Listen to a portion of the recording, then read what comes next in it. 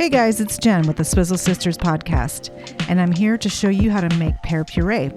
Pear puree was used in our drink, a Pear Brandy Sour, on episode 16, a Perry-friendly episode. It's delicious, so let's get started.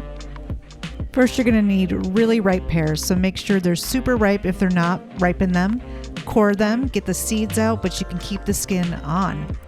Now, if you don't have a food processor like I'm using, you can use a blender. You just want to get them that mushy, pulpy consistency.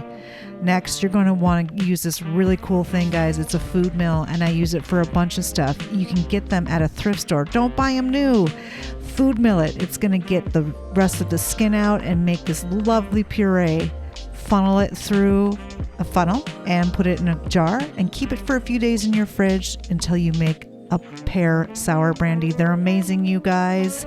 I hope you got something out of this video. Thanks for listening to the Swizzle Sisters podcast. Thanks for watching this video. Bye.